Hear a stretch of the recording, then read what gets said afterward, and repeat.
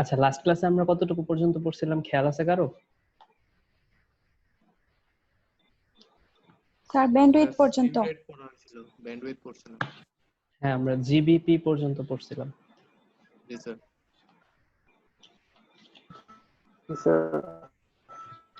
কোন দুটো ম্যাথ করেছিলেন লাস্টে।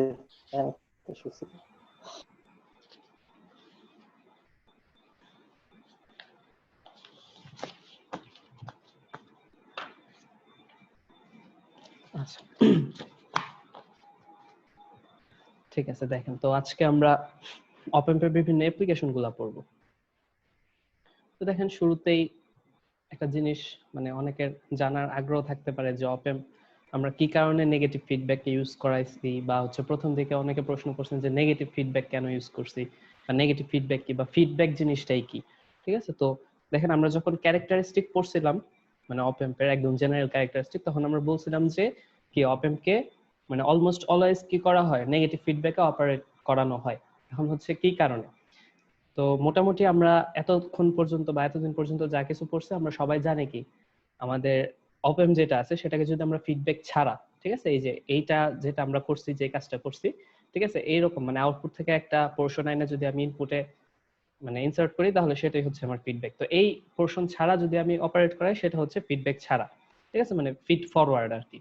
তো এতদিন পর্যন্ত যতটুকু পড়ছি আমরা জানি কি, হ্যাঁ এটা হচ্ছে আমাদের কি আমাদের যে ওপেন লুপ গেইনটা থাকতো, মানে হচ্ছে কোনো ফিডব্যাক ছাড়া আমরা যে গেইনটা পাইতাম সেটা অনেক বেশি থাকতো। ঠিক আছে, তো দেখা যেত কি আমাদের যদি ইনপুটে খুবই অল্প ইনপুট দিতাম আমরা, দেখা যেত আউটপুটে আমরা অনেক বড় একটা ভ্যালু পাইতাম। কারণ কি, কারণ হচ্ছে আমাদের যে ওপেন লুপ গেইনটা ছিল এই ভ্যালুটা ছিল অনেক হাই। নরমালি সেটার ভ্যালু প্রায় 1 লাখ থেকে শুরু হইতো, 10⁵ থেকে এবং তারও বেশি। ঠিক আছে, তো দেখা যায় যদি আমার একটা সিম্পল একটা ইনপুট যদি থাকে, মনে করেন যে ভিআই ইনপুট যদি আমার 1 মিলিভোল্ট থাকে, ঠিক আছে, দেখা যায় যে আমি open loop gain, high open loop গেইনের জন্য আমি আউটপুট যেটা পাইতেছি সেটা হচ্ছে প্রায় 100 ভোল্ট হয়ে যায় যদি আমি 1 মিলিভোল্ট ইনপুট দিই। ঠিক আছে, তো দেখা যায় যে এত বড় যে আউটপুট পাই, তো জেনারেলি দেখা যায় যে অপ এম্পে এত বড় আউটপুট আমার আসে না। ঠিক আছে, দেখা যায় আমার যেই আউটপুট রেঞ্জটা থাকে সেটা হচ্ছে 100 ভোল্ট বা তার অনেক নিচে থাকে। ঠিক আছে, তো দেখা যায় যে 100 ভোল্ট পর্যন্ত আমার অপ এম্প আউটপুট কখনোই দিতে পারে না, কারণ আমরা অলরেডি পড়ছি কি আমাদের অপ এম্প যেটা সেটা কি একটা মানে acts as a small load আমরা পড়ছি না, মানে হচ্ছে কম ভোল্টেজ নিয়ে কাজ করবে, কম ভোল্টেজ আউটপুট দিবে এবং হচ্ছে হাই ফ্রিকোয়েন্সিতে অপারেট করবে। ঠিক আছে, তো জিনিসটা হচ্ছে এরকম। তো দেখা যায় যে আমাদের যখন এরকম অনেক বড় ভোল্টেজ পাই, মানে হচ্ছে open loop high open loop গেইনের জন্য যখন অনেক বড় ভোল্টেজ পাই, তখন দেখা যায় কি আমাদের অপ এম্পটা কি হয়ে যায়, স্যাচুরেট হয়ে যায়। মানে হচ্ছে আমাদের অপ এম্প যে আউটপুটটা দেয় সেটা হচ্ছে আমার যে ভোল্টেজটা দিতেছে দেখা যায় যে সেটা স্যাচুরেশন লেভেলের অনেক নিচে বা অনেক উপরে চলে যায়। ঠিক আছে, তো এই কারণে বলা হয়েছে যে ড্রিভেন ডিপ ইনটু স্যাচুরেশন, মানে হচ্ছে আমার অপ এম্পের যে একটা স্যাচুরেশন লেভেল আছে, যে এই পর্যন্ত সে ভোল্টেজ দিতে পারবে, এর বেশি হয়ে গেলে সে স্যাচুরেটেড লেভেলে মানে স্যাচুরেশন লেভেলে চলে যাবে। এরপর থেকে মানে আমি যে আউটপুটই পাবো মানে এই রেঞ্জের পর আমি যত বেশি করুক না কেন আমি সেই আউটপুটটা পাবো না। তো এরকম একটা রেঞ্জ ক্রস করে ফেলে। তো দেখা যায় এই কারণে হচ্ছে আমার হাই ওপেন লুপ গেইনটা ইউজ করা যায় না। এই কারণে হচ্ছে আমার ওপেন লুপ গেইনটা কি করতে হয়, লিমিট রাখতে হয়, একটা লিমিটের ভিতরে রাখতে হয়। তো এই লিমিটটা করতে পারি হচ্ছে আমি নেগেটিভ ফিডব্যাকিং ইউজ করে। ঠিক আছে, তো এখন আসেন যে নেগেটিভ ফিডব্যাক ইউজ করলে আমার কি কি সুবিধা হয় বা হচ্ছে কি কি অসুবিধা হয় এগুলো জানেন। পজিটিভ ফিডব্যাক দিয়ে হবে না? পজিটিভ ফিডব্যাক আপনি করতে পারেন, কিন্তু হচ্ছে পজিটিভ ফিডব্যাক মানে সাধারণত এই সব মানে অপারেশনে ইউজ করা হয় না। পজিটিভ ফিডব্যাক আপনার ইউজ করা হয় যদি আপনি অসিলেটর বানান। ঠিক আছে, সেটার মধ্যে আমরা পড়বো, আমাদের সিলেবাসে অসিলেটর আছে, পজিটিভ ফিডব্যাক ইউজ করে কিভাবে আমরা অসিলেটর বানাই সেটা আমরা পড়বো। তো শুধু এইটুকু জেনে রাখেন যে পজিটিভ ফিডব্যাক ইউজ করা হয় অসিলেটর বানানোর জন্য। আচ্ছা, এখন দেখেন যে নেগেটিভ ফিডব্যাক ইউজ করলে আমরা তো অলরেডি জানাই ফেলছি যে প্রথমেই নেগেটিভ ফিডব্যাক ইউজ করলে আমাদের কি কয় কি হইতেছে, ওপেন লুপ গেইন যেটা সেটা কমে আসতেছে। তো তখন যে গেইনটা পাবো সেটাকে আমরা কি বলবো, ক্লোজ লুপ গেইন। তো আমরা অলরেডি পড়ছিলাম যখন আমরা ডিফারেন্সিয়েট মোড মানে যখন ওই যে একটা দুইটা উদাহরণ করছিলাম যে আমরা ওই যে স্লিউ রেটের বা হচ্ছে সিএমআরআর এর, তখন আমরা এরকম ফিডব্যাক, হ্যাঁ ম্যাথের মধ্যে আমরা ফিডব্যাক পাথ ইউজ করছিলাম, তখন হচ্ছে আমরা ক্লোজড লুপ গেইন একটা টার্ম আমরা ইউজ করছি যে হ্যাঁ পরে আমরা এটা ডিটেইলস আলোচনা করব। তো দেখেন ওই ক্লোজ লুপ গেইনটাই হচ্ছে যখন আমরা ফিডব্যাক ইউজ করি এবং ফিডব্যাক ইউজ করে আমরা যেই কি পাই গেইনটা পাই সেটাই হচ্ছে আমাদের কি ক্লোজড লুপ গেইন। ঠিক আছে, তো এখন দেখেন যে ক্লোজড লুপ গেইন যদি আমরা ইউজ করি তখন সেই গেইনের ভ্যালুটা ওপেন লুপ গেইন থেকে অনেক কমে যায়, যে কারণে হচ্ছে আমি আউটপুটে মানে এমন একটা ডেজায়ার্ড ভ্যালু পাই যেটা হচ্ছে স্যাচুরেশনে চলে যায় না। তারপর হচ্ছে আপনার ইনপুট ইম্পিডেন্সটা যেটা হচ্ছে মানে মোটামুটি লেভেলের হাই থাকার কথা সেটাও আমি হাই রাখতে পারি, বা হচ্ছে আমার প্রয়োজন অনুযায়ী আমি বাড়ায়া কমায়া একটা রেঞ্জের মধ্যে রাখতে পারি। আবার হচ্ছে আমার আউটপুট ইম্পিডেন্স যেটা থাকার কথা সেটাও কি মানে কমায়া, আউটপুট ইম্পিডেন্সটা তো আমার কম থাকতে হয় ঠিক না অপ এম্পে, তো হচ্ছে দেখা যায় কি আমি আউটপুট ইম্পিডেন্সটাও কমায় আমি আমার ডেজার্ট ভ্যালুর মধ্যে রাখতে পারতেছি।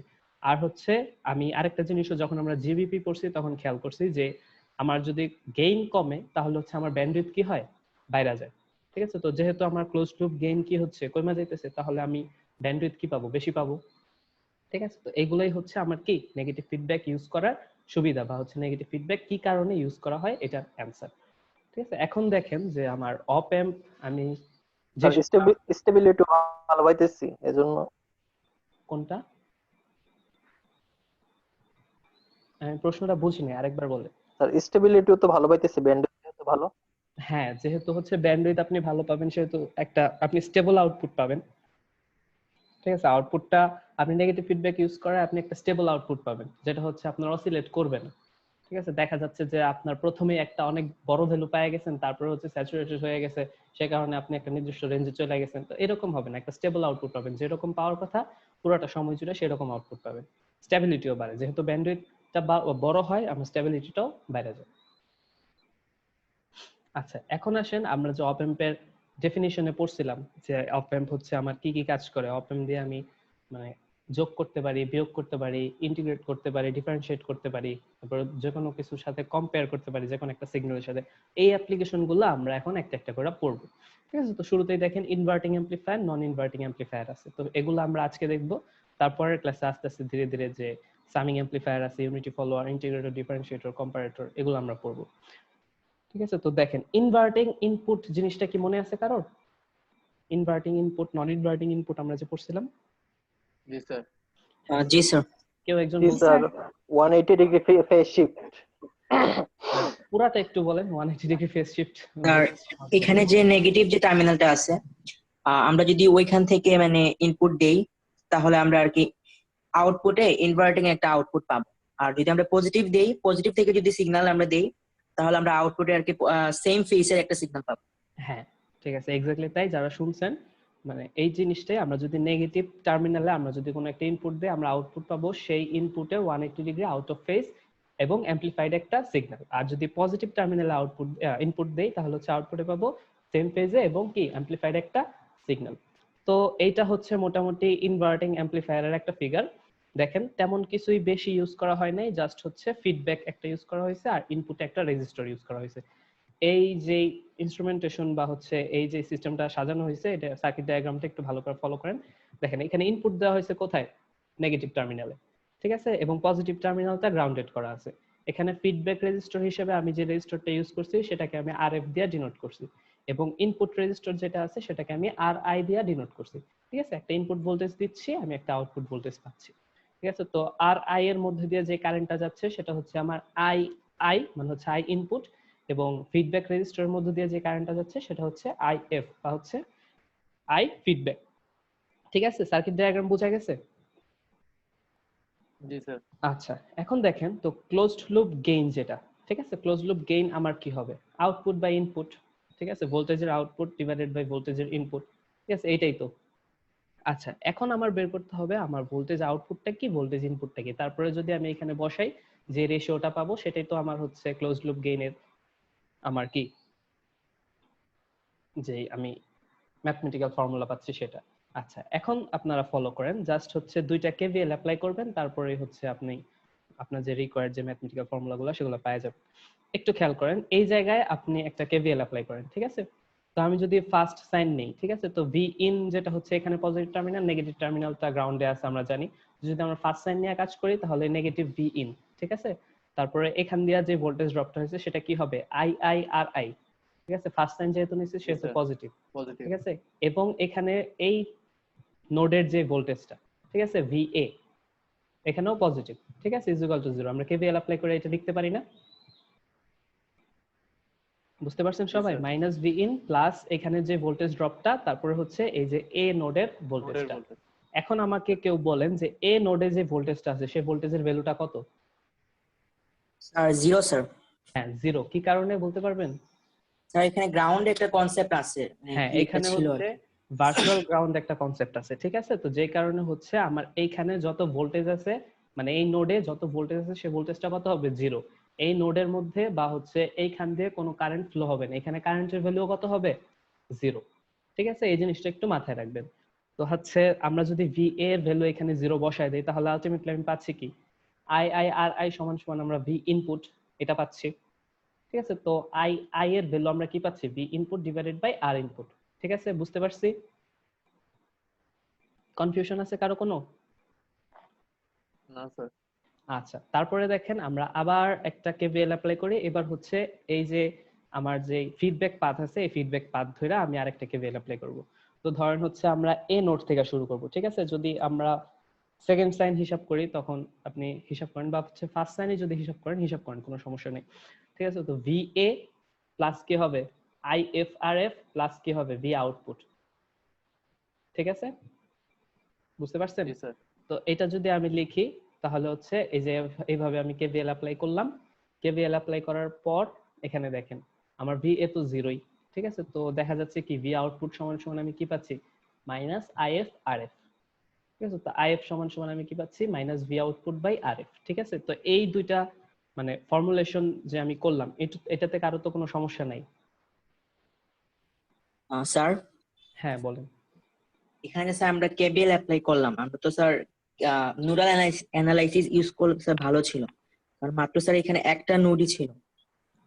এখানে আপনি কেভিএল ইউজ করলেই দেখবেন যে নোড অ্যানালাইসিস থেকে আপনার হিসাবটা সুবিধা হইতেছে। কারণ দেখেন জাস্ট হচ্ছে আপনার একটা টার্ম তো অলরেডি জিরোই আছে। ঠিক আছে, তো আপনি বুঝতেই পারতেছেন এইখান দিয়ে যে কারেন্টটা ফ্লো হইতেছে বা এখানে যে ভোল্টেজ ড্রপটা, এটাই হচ্ছে এই জায়গার ভোল্টেজ ড্রপ। আপনি যদি নোড অ্যানালাইসিসও করেন সে একই জিনিস পাবেন। ঠিক আছে, কোনো সমস্যা নেই, একই জিনিস ঘুরে ফিরে একই জিনিস হবে। বুঝতে পারছেন কি বুঝাইছি? জি স্যার, বুঝতে পারছি। অথবা মানে হচ্ছে স্যার এটা আমাদের উপর ডিপেন্ড করতেছে আমরা কি অ্যাপ্লাই করব, হ্যাঁ, নোডাল অ্যানালাইসিস আপনি বা। যদি নোড অ্যানালাইসিস করতে চান, আপনি যেটা করতে চাইছেন আমি বুঝতে পারছি, এই ভোল্টেজ থেকে এই ভোল্টেজ বিয়োগ করে মাঝখানে যে রেজিস্টার আছে সেটা দিয়ে ভাগ করে দিতে চাচ্ছেন, সেটাই তো? জি স্যার, মানে এই সবগুলো একসাথে চলে আসে স্যার, কারণ মাত্র তো একটাই নোড হ্যাঁ, একটাই এখানে। তো। সেই কাজটা করলে আপনি এইটাই পাবেন, সেই কাজটাই কিন্তু কেভিএল এও করা হয়েছে। ঠিক আছে, তো যেহেতু হচ্ছে জি আমরা স্যার। একটা মানে ফর্মাল প্রসেসের মধ্যে দিয়ে যাচ্ছি, সেই কারণে আর কি কেভিএল অ্যাপ্লাই করা, আর কিছু না। আপনি নোড অ্যানালাইসিস করে যদি বসাইতে চান সেই একই মানে একই আউটপুট পাবেন, তখন আপনি লেখা দিন যে নোড অ্যানালাইসিস করে আমি পাইছি, কোনো সমস্যা নেই। ঠিক আছে, আচ্ছা, তারপরে দেখেন তাহলে আমি হচ্ছে এখানে এই ফর্মুলেশন করে তারপরে আমি দুইটা ভ্যালু পাইছি, আই আই এর ভ্যালু পাইছি, আই এফ এর ভ্যালু পাইছি।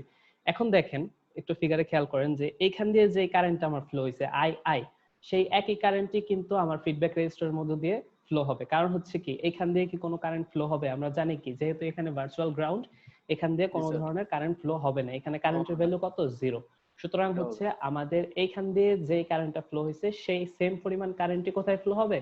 আরএফ এর মধ্য দিয়ে ফ্লো হবে। সুতরাং আমি লিখতে পারি না যে আই আই সমান সমান আই এফ, যেহেতু হচ্ছে এখানে ভোল্টেজটাও জিরো কারেন্টটাও জিরো। জি জি স্যার। স্যার। ঠিক আছে, তো হচ্ছে স্যার আমি জাস্ট সিম্পলি ভ্যালুগুলা বসায় দিব এখন, আই আই হচ্ছে আর হচ্ছে আই এফ এর।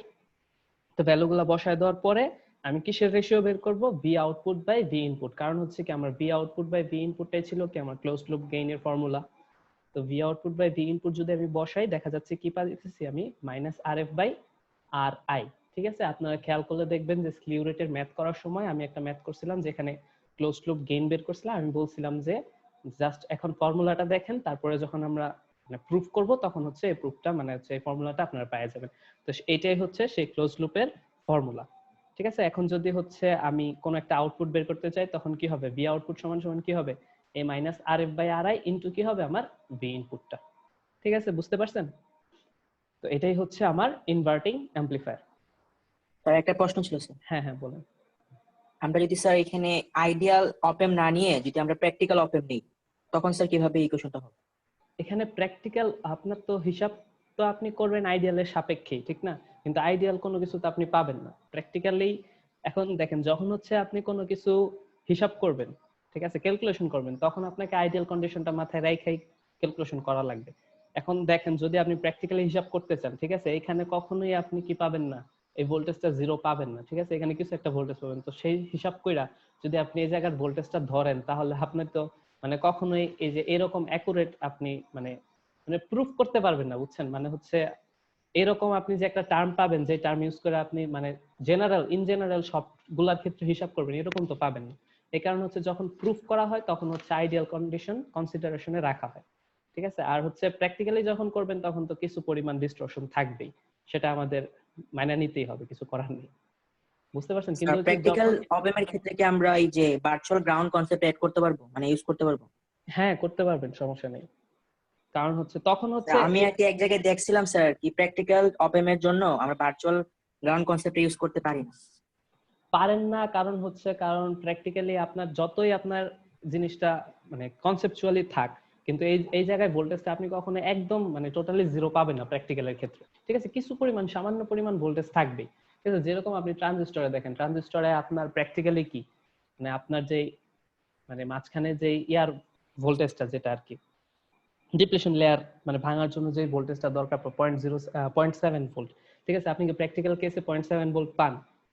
আপনারা যখন ল্যাব করছিলেন তখন কি 0.7 ভোল্ট পাইছিলেন? আমরা ল্যাব করি নাই স্যার ওইটা। আচ্ছা, ল্যাব করেন নাই, ল্যাব যখন করবেন তখন 0.7 ভোল্ট পাবেন না। দেখা যাচ্ছে সিমুলেশনও যখন করবেন দেখুন দেখা যাবে যে কিছু পরিমাণ ভ্যালু কিন্তু কি করবে না আপনার আপ ডাউন করবে, আপনি কখনোই প্র্যাকটিক্যাল কেসে ওরকমটা পাবেন না। এই কারণে হচ্ছে আপনার বলছে যে প্র্যাকটিক্যাল কেসে ভার্চুয়াল গ্রাউন্ডটা নিতে পারতেছে না। আর আপনি নরমালি চিন্তা করেন যে প্র্যাকটিক্যাল কেসে যদি আপনি ভার্চুয়াল গ্রাউন্ড মানে মানে হিসাব না করেন, ঠিক আছে, তাহলে বি এর জায়গায় আপনি কি করবেন, একটা ভোল্টেজ দিবেন না, দিলে তারপর যদি হিসাব করেন এই পাশেও একটা ভোল্টেজ অ্যাড হবে, এই পাশেও একটা ভোল্টেজ অ্যাড হবে, অ্যাড হয়ে এখানে কি আপনি মানে সিম্পলি এরকম একটা নরমাল বা হচ্ছে জেনারেল টার্ম পাবেন যেটা আপনি সবার ক্ষেত্রে ইউজ করতে পারবেন, এরকম কিন্তু না।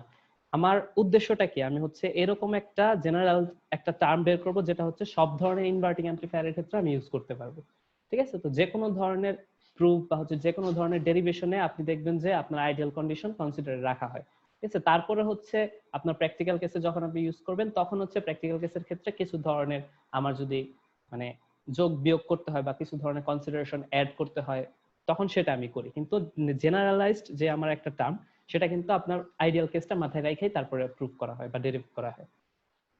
বুঝাইতে পারছি?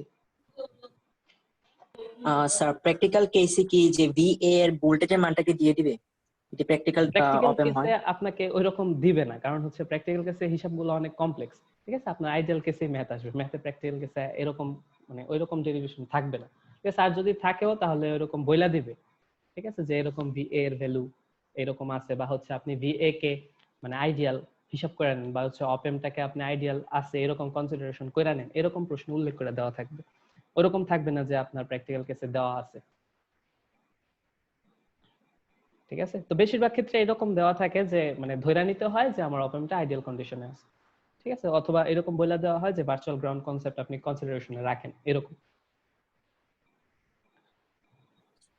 স্যার আমাদের সিলেবাসে কি শুধু আইডিয়াল অপএম এর নাকি প্র্যাকটিক্যাল অপএমও আছে? আইডিয়াল অপএমপি আছে, আর হচ্ছে যখন আপনি সেশনাল কোর্সে যাবেন তখন হচ্ছে প্র্যাকটিক্যাল অপএম তো আপনি হাতে কলমে কাজ করবেন, তখন বুঝতে পারবেন যে কি কি ধরনের তফাৎ থাকে। যখন ল্যাব করবেন তখন আসলে তখন বুঝতে পারবেন, এমনিতে সব আইডিয়াল অপএম নিয়েই কথাবার্তা। আচ্ছা স্যার। আচ্ছা, ঠিক আছে। তো এখন দেখেন, তো আমরা মোটামুটি ইনভার্টেড অ্যাম্পলিফায়ার যে পড়ছি সেখান থেকে কিছু ধরনের ডিসিশন দেওয়া যায়। আমার ক্লোজড লুপ গেইন যেটা, সেটার সামনে একটা কি নেগেটিভ সাইন ছিল না, মাইনাস RF বাই RI পাইছিলাম আমি। তো সেই নেগেটিভ সাইনটা এখানে আর কিছু ইন্ডিকেট করে না, ইন্ডিকেট করে যেটা হচ্ছে আমার আউটপুট সিগন্যালটা কি ইনভার্টেড, ঠিক আছে। এই নেগেটিভ সাইন দিয়ে আমি এটাই বুঝি যে আমার আউটপুট সিগন্যালটা ইনভার্টেড, ঠিক আছে। তো ACL আমার কিসের রেশিও পাইছি, আমি RF এবং RI এর রেশিও পাইছি। সুতরাং এই জিনিসটা অবশ্যই কি আমার ওপেন লুপ যে গেইন ছিল সেটা থেকে কি ইন্ডিপেন্ডেন্ট। তার মানে কি এই জিনিসটা আমার কি করে, ভোল্টেজ গেইন যেটা ছিল সেটাকে আমার স্টেবল করে। আগে যেটা হচ্ছে আমার ওপেন লুপ গেইন যেটা ছিল সেটা হচ্ছে আমার যেরকম স্যাচুরেশনে চলে যেত, মানে একটা লেভেল পর স্যাচুরেশনে চলে যেত, সেরকম হয় না, আমি একটা স্টেবল লেভেলের আউটপুট পাচ্ছি, সেখানে হচ্ছে আমার স্টেবিলিটিটা থাকতেছে।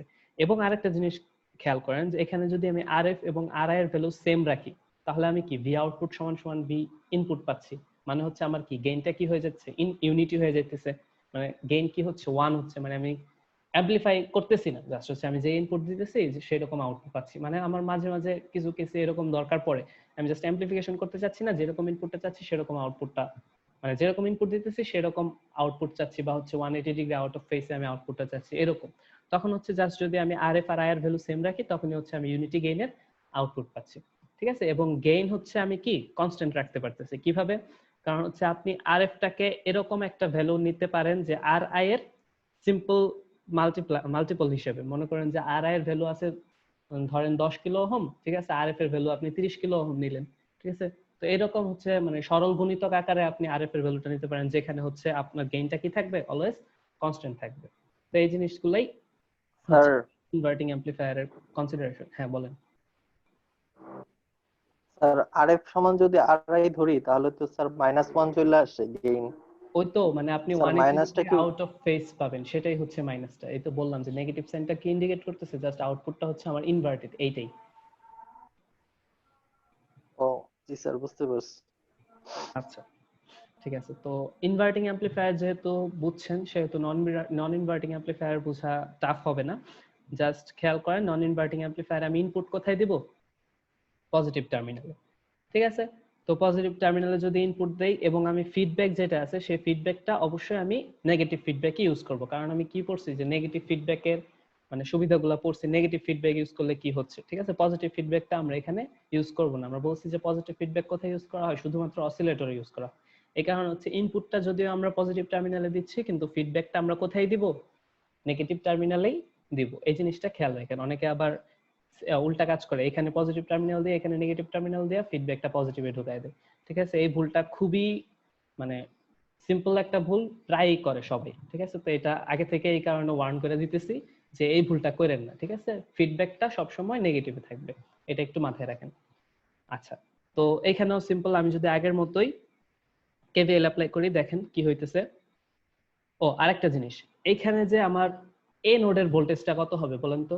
এখানে ভি ইনপুট হবে স্যার। ভি ইনপুট হবে। আপনারা সবাই কি বুঝতে পারছেন কি কারণে এই জায়গায় ভি ইনপুট হবে?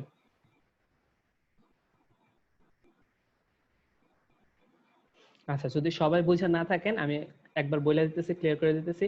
আমরা যখন পড়ছিলাম ভার্চুয়াল গ্রাউন্ডের কনসেপ্টটা, ঠিক আছে, তা আমরা এইখানে কি পড়ছি, এইখানে যেই ভোল্টেজ ডিফারেন্স মানে হচ্ছে ভিডি, সেটা সমান সমান কিন্তু আমরা 0 পড়ছিলাম। মনে আছে কি আপনাদের? না মনে থাকলে আমি আরেকবার একটু দেখাইতেছি যে আমরা কিন্তু সরাসরি এখানে আমার যে দুইটা ইনপুটের যে ডিফারেন্সটা, ঠিক আছে, সেটা কিন্তু আমরা পড়ছিলাম যে ভিডি ইজ ইকুয়াল টু 0, ঠিক আছে, ভার্চুয়াল গ্রাউন্ডে। ঠিক আছে, তো সেই হিসাবে যদি আমার নিচে ইনপুট ভি ইন থাকে, ঠিক আছে, তাহলে উপরের ইনপুটের ক্ষেত্রে আমরা কি পাবো? যদি ভি ইনই পাই, তাহলে আমাদের আলটিমেটলি ভিডিটা কি হইতেছে? 0 থাকতেছে। ঠিক আছে, এই যে দেখেন ভার্চুয়াল গ্রাউন্ড কনসেপ্ট যখন আমরা পড়ছি, তখন হচ্ছে আমরা ভিডি সমান সমান 0 কনসিডার করছিলাম। ঠিক আছে, তো সেটা যদি আমরা বলি, তাহলে এখানে যদি ভোল্টেজটা ভি ইন হয়, তাহলে এখানেও ভোল্টেজটা ভি ইন হইয়া তারপরে এখানে আমি ভিডিটা কি পাবো? 0 পাবো। তো এই কারণে হচ্ছে এখানে এ নোডের ভোল্টেজটা হচ্ছে ভি ইন। ঠিক আছে, বুঝাইতে পারছি? স্যার একটা প্রশ্ন ছিল স্যার। হ্যাঁ বলেন। স্যার যদি কখনো এ পয়েন্টের ভোল্টেজটা যদি ডিফাইন করে দেয় তারা, তখন স্যার কি করব? এই সেম ডিফাইন করে কন্ডিশন আইডিয়াল ডায়োড আইডিয়াল না, নরমালি আপনার যখন এরকম একটা কনসিডারেশন দেওয়া থাকবে, তখন হচ্ছে এ পয়েন্টের ভোল্টেজ ভি ইনই হবে। ঠিক আছে, যদি না কোনো ধরনের মেনশন করে দেয়, এবং এখানে মেনশন করে দিবে না, কারণ হচ্ছে আপনার যদি মেনশন করে দেয় তাহলে তো ভার্চুয়াল গ্রাউন্ডের যে কনসেপ্টটা আছে সেই কনসেপ্টটা আমার ভ্যালিড হবে না। ঠিক আছে, তো এইখানে যেরকম আছে এরকমই থাকবে। ঠিক আছে, তো তারপরে যদি কোনো কিছু করতে চাই সেটা হচ্ছে পরের হিসাব। আচ্ছা, তো আমরা এখানে কেভিএল অ্যাপ্লাই করি, দেখেন তো কেভিএল অ্যাপ্লাই করলে কি হইতেছে। আমার তখন কারেন্টটা ফ্লো হবে কোন দিক থেকে কোন দিকে বলতে পারবেন? তখন কিন্তু আমার ইনপুট হচ্ছে এই পাশে, ঠিক আছে, আউটপুট একটা পাচ্ছি, তখন কিন্তু এই আউটপুট ভোল্টেজ আমার ফ্লো হবে কি এই পথ দিয়ে। ঠিক আছে, এই পথ দিয়ে কারেন্ট ফ্লো হয়ে তারপর এখান দিয়ে গ্রাউন্ডেড হয়ে যাবে। সুতরাং আমার ভি ইনপুট এখানে যেটা আছে মানে এ নোডের ভোল্টেজ যেটা আছে সেটা হচ্ছে আমি ভি ইনপুট কনসিডার করছি, এবং এখান দিয়ে যেহেতু এই পাথ দিয়ে আমার কারেন্ট ফ্লো হয়েছে সেই কারণে minus I I R I হয়েছে। আপনারা সাইন দিয়ে হিসাব করে, positive sign first hand sign second hand sign দিয়ে হিসাব করেন, দেখবেন যে এটাই পাচ্ছেন। ঠিক আছে, তো V in minus I I R I সমান সমান আমরা কি পাবো? 0। ঠিক আছে, তো ভি ইন সমান সমান আমরা কি পাচ্ছি? আই আই আর আই পাচ্ছি, এবং আই আই এর একটা ভ্যালু পাই যেতেছি। ঠিক সেম ওয়েতে আমরা যদি এদিক দিয়ে হিসাব করি অথবা যদি এদিক দিয়ে হিসাব করেন, আপনার যেভাবে ইচ্ছা এখানে যদি কেভিএল অ্যাপ্লাই করেন আপনি হচ্ছে এটা পাবেন। ঠিক আছে, তো সেখান থেকে আমি আইএফ এর ভ্যালু বের করব এবং আগের মতোই সেম আমরা কি করব আই সমান আইএফ বসায় দিব এবং বসায় দেওয়ার পর আমরা যদি সিম্পল কিছু ক্যালকুলেশন করি, ঠিক আছে, জাস্ট হচ্ছে ক্রস মাল্টিপ্লিকেশন কইরা হিসাব করি, বি ইন দুইটা থেকে কমন নেই, তখন দেখা যাচ্ছে যে B out by B in যেটা সেটা আমরা পাচ্ছি কি RF by RI divided by RI বা হচ্ছে 1 প্লাস আরএফ বাই আরআই। এখন এই জিনিসটাই হচ্ছে আমার কি নন ইনভার্টিং অ্যাম্পলিফায়ারের ক্ষেত্রে আমার ক্লোজড লুপ গেইনের ভ্যালু।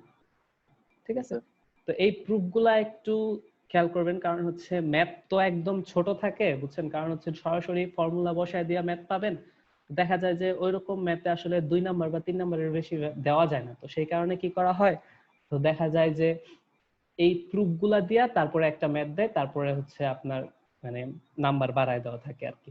দেখা যায় সব ক্ষেত্রে সবাই ফিগার দেখা ম্যাথের ফিগার দেখে এবং লাস্টের লাইনটা পড়ে শুধু, ঠিক আছে, যে এটা বের করতে বলছে, কিন্তু তার আগে যে বলছে যে শুরুতেই যে বইলা দিছে যে নন ইনভার্টিং অ্যাম্পলিফায়ারের ক্ষেত্রে গেইন কি সেটা প্রুফ করো, ঠিক আছে, তো সেই লাইনটা খেয়াল করে না, যেটা হচ্ছে আপনাদের সিনিয়র ব্যাচের তারা করছে। ঠিক আছে, তো দেখা গেছে যে প্রথম লাইনে বইলা দিছে যে হচ্ছে নন ইনভার্টিং অ্যাম্পলিফায়ারের গেইন কত, মানে নন ইনভার্টিং অ্যাম্পলিফায়ারের ক্ষেত্রে গেইন কি, মানে কি হয় সেটা বের করো, তারপরে হচ্ছে আমার যে ম্যাথটা দেওয়া আছে সেই ম্যাথের ক্ষেত্রে গেইনের ভ্যালু বের করো। তারা শুধুমাত্র ম্যাথটা করে দিয়ে আসছে, প্রুফটা করে নাই। ঠিক আছে, তো 7 নাম্বার মানে তাদের তো নাম্বার বেশি, তো 7 নাম্বারের ক্ষেত্রে শুধুমাত্র 2 লাইনের একটা ম্যাথ, সেটা তো আসলে মানে মানুষের বিবেকেও বাধে যে 2 লাইনের ম্যাথে কেন 7 নাম্বার দিল। ঠিক আছে, তো এই ভুলগুলা করবেন না। ঠিক আছে, আপনাদের যদি নাম্বার কম তারপরে হচ্ছে প্রুফ আর ম্যাথ যদি একসাথে থাকে সেহেতু একটা মানে রেসপেক্টফুল একটা নাম্বারই থাকবে। ঠিক আছে, এই ভুলগুলা দয়া করে করেন না। আচ্ছা, তো নন স্যার, ইনভার্টিং, হ্যাঁ বলেন। এই যে ম্যাথ গুলা আছে আমরা কি ডাইরেক্ট সূত্রে বসে ম্যাথ করব নাকি ম্যাথ আমরা আমাদের করব। যদি চাই কেভিএল ইউজ করে বা নোডাল অ্যানালাইসিস ইউজ করে ম্যাথ করব? এখন যদি ওইভাবে আপনার, পারবো আমরা? হ্যাঁ আমি বলি, এখন যদি আপনার সব ভ্যালু দেওয়া থাকে তাহলে হচ্ছে আপনি কেভিএল কেন অ্যাপ্লাই করবেন আমরা বলেন তো? যদি আরএফ আরআই এর ভ্যালু দেওয়া থাকে তাহলে আপনি সরাসরি সূত্রের মধ্যে বসাই তো আপনি ভ্যালু পেয়ে যাচ্ছেন, আর ঠিক না? যদি স্যার আমার সূত্র মনে না থাকে তাহলে তো স্যার আমার করা লাগবে। হ্যাঁ, তখন যদি আপনি করেন কোনো সমস্যা নেই, আপনি করবেন, কোনো প্রবলেম নেই। আপনি যদি প্রুফ করতে পারেন তাহলে আপনি ম্যাথ অবশ্যই পারবেন, সমস্যা নেই, করে দিয়ে আসেন, নাম্বার পাবেন। আচ্ছা, এখন দেখেন আমার হচ্ছে নন ইনভার্টিং অ্যাম্পলিফায়ারের ক্ষেত্রে আমার কিছু কনসিডারেশন, যেটা হচ্ছে কি আমার ভি আউটপুট ভ্যালু যদি বাড়ে, ঠিক আছে, তাহলে হচ্ছে আমার ইনভার্টিং ইনপুটের যেই মানে হচ্ছে আমার ইনভার্টিং ইনপুট যেটা সেটা বাইরে যায়। কিভাবে একটু চিন্তা করেন, এইখানে যদি আমার আউটপুট, ঠিক আছে, একটা সেকেন্ড, এখানে যদি হচ্ছে আমি আউটপুট বাড়াই, মানে হচ্ছে আমার আউটপুট কোনোভাবে বাড়ে, ঠিক আছে, তো আমার ইনভার্টিং যে ইনপুট টার্মিনাল আছে এইখানে যে ফিডব্যাকিং হচ্ছে, তো এইখানে আমার কি আমার ভোল্টেজ বাড়া যাবে না? ঠিক আছে, তো আপনি সিম্পলি চিন্তা করেন, আউটপুট যদি বাড়ে এখান থেকে তো কিভাবে আমি বাড়বে স্যার? ফিডব্যাকিং, আমার আউটপুট বাড়তেছে, ঠিক আছে, আমার হচ্ছে এই আউটপুট থেকে তো আমি ফিডব্যাক দিতেছি এই জায়গায়, ঠিক না? তো আপনি নরমালি চিন্তা করেন যে এইখানে তো ভোল্টেজটা বাড়বে, বাড়বে না? কারণ হচ্ছে এখান থেকে একটা ভোল্টেজ তো আমার এখানে ফিডব্যাক করা আছে, ঠিক না?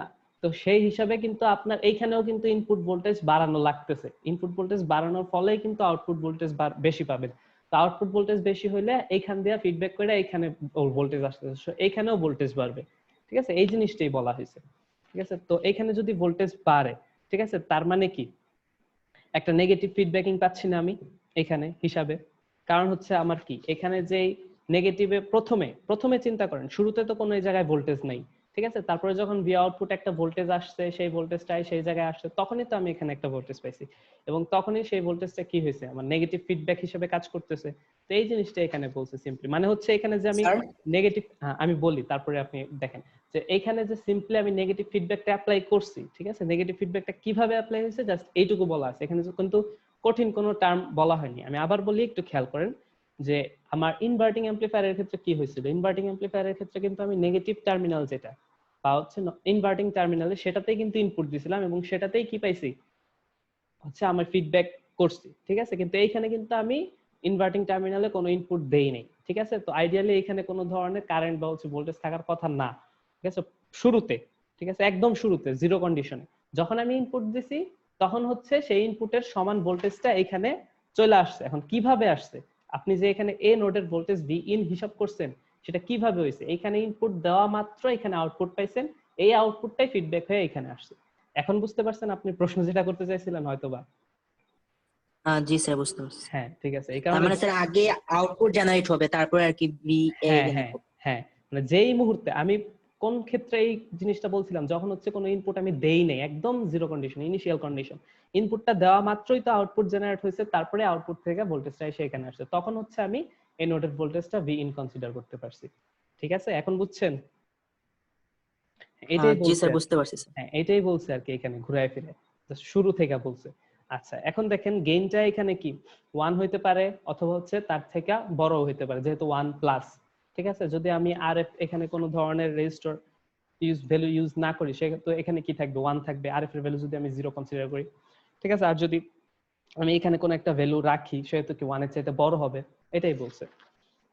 আর হচ্ছে এখানে দেখেন একটা জিনিস মাথায় রাখবেন যে নন ইনভার্টিং অ্যাম্পলিফায়ারের গেইন ইনভার্টিং অ্যাম্পলিফায়ারের গেইনের চাইতে সবসময় মানে এক ভ্যালু বেশি হবে।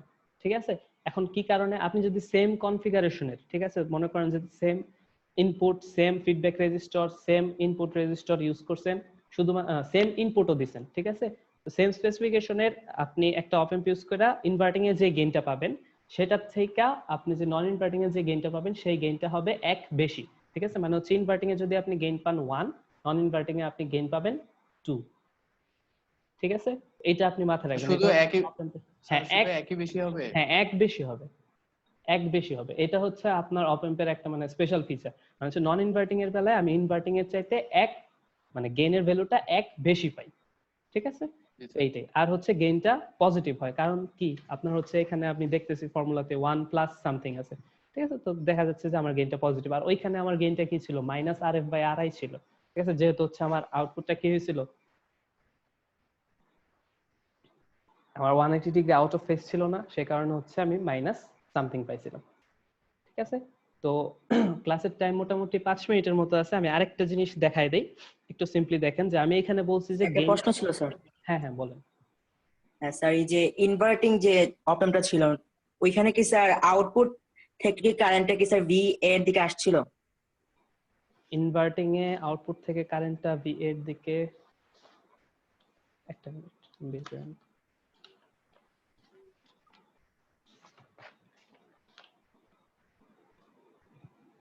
কোনটা? এটা স্যার এখান থেকে স্যার ভি আউটপুট থেকে কি স্যার কারেন্টটা আসছে নাকি? হ্যাঁ ভি আউটপুট থেকেই তো যাবে, এদিক থেকেই যাবে। আপনি তো স্যার আইএফ টা অন্যদিকে দিয়েছেন, অন্য ডাইরেকশন। হ্যাঁ ডিরেকশন আমি দেখাইছি, আইএফ মনে করেন যে কারেন্ট ফ্লো হয়েছে, কারণ হচ্ছে আমার কি এখানে আপনি একটা জিনিস চিন্তা করেন, প্রথমেই কারেন্টের ফ্লো আমি কেভিএল যখন অ্যাপ্লাই করছি তখন হচ্ছে আমি ভি আউটপুট কনসিডারেশনে রাখিনি, মানে হচ্ছে এই কারেন্টে এদিক দিয়ে ফ্লো হয়েছে, এই কনসিডারেশনে আমি আইএফ এর ডিরেকশন এদিকে দিছি। ঠিক আছে, যখন হচ্ছে আপনি আউটপুট জেনারেট একটা করে ফেলবেন, ঠিক আছে, তখন জাস্ট কিন্তু আমার কি হবে, এদিকে ফিডব্যাকিংটা হবে। বুঝতে পারছেন? এটা কিন্তু প্রথমে কনসিডারেশন, তারপরে হচ্ছে এরকম। তার মানে স্যার কারেন্টটা অপোজিট দিকে হবে, এই যে আইএফ এরটা। হ্যাঁ জি স্যার, বুঝতে পারছি। আচ্ছা, তো এখন দেখেন হচ্ছে আমি যেটা বলছিলাম যে gain can be 1 or more. ঠিক আছে, এখানে যদি আমি গেইনটা 1 রাখি তখন হতেছে আমার যে একটা সার্কিট হইতেছে সেটাকে আমি বলতেছি যে ভোল্টেজ ফলোয়ার বা হচ্ছে ইউনিটি ফলোয়ার বাফার, মানে হচ্ছে নন ইনভার্টিং টার্মিনাল, মানে হচ্ছে নন ইনভার্টিং অ্যাম্পলিফায়ারে যা যা করছি আমি ঠিক সেম জিনিসটা। ঠিক আছে, জাস্ট হচ্ছে আমি এখানে কি করব, ইনপুট দিব, আমার ফিডব্যাকে যে পাথটা আছে এখানে আমার কোনো আরএফ রেজিস্টর আমি রাখবো না। ঠিক আছে, এবং আমার যে এখানে আর আই এর একটা ভ্যালু আছে সেটা খুবই নগণ্য থাকবে, এখানে যদিও দেখানো হয় নাই আর আই এর একটা ভ্যালু, কিন্তু আর আই এর একটা ইনপুট রেজিস্টার একটা থাকবে। ঠিক আছে, কারণ এটা যদি না থাকে তাহলে আমার টোটাল টার্মটা কিন্তু ইনফিনিটি হয়ে যেতেছে, জিরো যদি হয়। তো এখানে জিরো কনসিডার হবে না, এখানে হচ্ছে একটা নগণ্য, খুবই নগণ্য একটা ভ্যালু থাকবে, খুবই কম, কিন্তু আর এফটা, ঠিক আছে, ফিডব্যাক যে রেজিস্টারটা সেটার ভ্যালু থাকবে জিরো। যদি এরকম হয় তাহলে আমি ক্লোজড লুপ যেই হচ্ছে গেইনটা সেটা কত পাচ্ছি, 1। ঠিক আছে, তো এই কারণে হচ্ছে আমার এই অ্যাম্পলিফায়ারটাকে আমি বলতেছি ভোল্টেজ ফলোয়ার বা হচ্ছে ইউনিটি ফলোয়ার বা হচ্ছে বাফার। বুঝতে পারছেন? মানে হচ্ছে এখানে গেইনের ভ্যালুটা আমি পাচ্ছি 1। স্যার আমরা স্যার ইউনিটি রেখা কি লাভ হবে স্যার আমাদের? এইটা হচ্ছে আপনার বিভিন্ন ক্ষেত্রে ইউজ করা হয়, কারণ একটা এক্সাম্পল দিছিলাম মনে আছে হয়তো আপনার, যে যখন কোনো ধরনের ক্যাসকেডিং করা হয়, মানে হচ্ছে আপনি অপএমটাকে যখন কোনো লোডের সাথে কানেকশন দিবেন, দেখা যায় যে তখন সরাসরি কিন্তু লোডের সাথে কানেকশন দেওয়া হয় না। ঠিক আছে, কারণ হচ্ছে লোডের সাথে কানেকশন দিলে দেখা যায় যে সেই লোডের রেজিস্টার মানে রেজিস্টরের সাথে বা হচ্ছে লোড রেজিস্ট্যান্সের সাথে অপএম্পের যে আউটপুট সাইডের রেজিস্ট্যান্স আছে সেটা মিলায় একটা প্রবলেম ক্রিয়েট করে, লোডিং প্রবলেম বলে যেটাকে। ঠিক আছে, তো এই কারণে হচ্ছে আউটপুট মানে ডিস্টর্টেড হয়ে যায়। তখন সরাসরি আমার কি করা হয় না, অপএম থেকে আউটপুটটা লোডে দেওয়া হয় না, মাঝখানে এই বাফারটা একটা ইউজ করা হয়। মানে হচ্ছে আমার যে আউটপুটটা পাচ্ছি সেই আউটপুটটাই আমি দিব, কিন্তু হচ্ছে মাঝখানে একটা বাফার সার্কিট ইউজ করে তারপরে দিব, যাতে হচ্ছে লোডিং প্রবলেমটা না হয়। ঠিক আছে, তো এই কারণে হচ্ছে এটাকে বাফার বলা হইতেছে। এখানে হচ্ছে আমি একটা স্যার বাফার সার্কিট ইউজ করে তারপরে আউটপুটটাকে ফিট করি। হ্যাঁ বলুন। স্যার 1:1 ট্রান্সফরমার আর এই যে বাফার যেটা বলছেন আপনি, এটার মাঝে পার্থক্য কি স্যার? 1:1 ট্রান্সফরমার বলতে হচ্ছে আপনি এখানে তো আর ট্রান্সফরমার ইউজ করবেন না। ঠিক আছে, তো এখানে হচ্ছে ছোট ছোট ভোল্টেজের কাজের মধ্যে আপনি তো ট্রান্সফরমার ইউজ করবেন না। ঠিক আছে, ট্রান্সফরমার কি আপনি সব জায়গায় ইউজ করতে পারেন? আইসির মধ্যে আপনি ট্রান্সফরমার ইউজ করবেন, তখন ওই জায়গায় না ট্রান্সফরমার স্যার। প্লেস করার মতো জায়গা থাকবে আপনার? ঠিক আছে, তো সব জায়গায় তো আর ট্রান্সফরমার ইউজ করেন, ট্রান্সফরমার ক্ষেত্রে পাওয়ার সেক্টরে আপনি ইউজ করতেছেন, সমস্যা নাই, কিন্তু সব জায়গায় তো আর ট্রান্সফরমার মানে ট্রান্সফরমার ইউজটা এফিশিয়েন্ট না। ঠিক আছে, তো তখন এই সব ক্ষেত্রে আমি যেটা বললাম আর কি, লোডিং প্রবলেমটা এড়ানোর জন্য এই ধরনের বাফার সার্কিট ইউজ করা হয়। অথবা হচ্ছে ফিল্টার যদি পয়রা থাকেন, দেখবেন যে যখন যখন হচ্ছে দুইটা ফিল্টার মানে হচ্ছে সেকেন্ড অর্ডার ফিল্টার যখন বানানো হয়, তখন কিন্তু একটা ফিল্টারের সাথে আরেকটা ফিল্টার কিন্তু সরাসরি কানেকশন দেওয়া হয় না, মাঝখানে ক্যাসকেড করার সময় মাঝখানে একটা বাফার ইউজ করা হয়। তো অপএম দিয়ে যদি বাফারটা ইউজ করে তখন হচ্ছে মানে এই সার্কিট ডায়াগ্রামটা এরকম থাকে, মানে হচ্ছে মাঝখানে এরকম একটা স্টেজ অ্যাড করা হয় দুইটা ফিল্টারের মাঝখানে। ঠিক আছে, তো ফিল্টার যখন করছেন কি আপনারা ফিল্টার? স্যার ফিল্টার শুধু আমরা 1 অর্ডার পড়ছিলাম স্যার, এই যে এন টাইপ অর্ডার গুলো পড়া হয় না, আচ্ছা ঠিক আছে, তো শুধুমাত্র ফার্স্ট অর্ডার পড়া হয়েছে। আচ্ছা ফার্স্ট অর্ডার ফিল্টার তো যখন এই সেমিস্টার ফিল্টার আছে, যখন হচ্ছে আমরা পড়বো তখন দেখাবো না। আচ্ছা, তো মোটামুটি ক্লাস এ পর্যন্তই। তো নেক্সট দিন আমরা হচ্ছে পরে যে অ্যাপ্লিকেশন গুলো আছে, এই সামিং অ্যাম্পলিফায়ার, তারপর হচ্ছে ইউনিটি ফলোয়ার তো পড়ে ফেললাম, তারপর হচ্ছে সাবট্রাক্টর, তারপর হচ্ছে এভারেজিং অ্যাম্পলিফায়ার, এগুলা পড়বো। ঠিক আছে, তারপরে ধীরে ধীরে ইন্টিগ্রেটর, ডিফারেন্সিয়েটর, কম্পারেটর এগুলা দেখবো।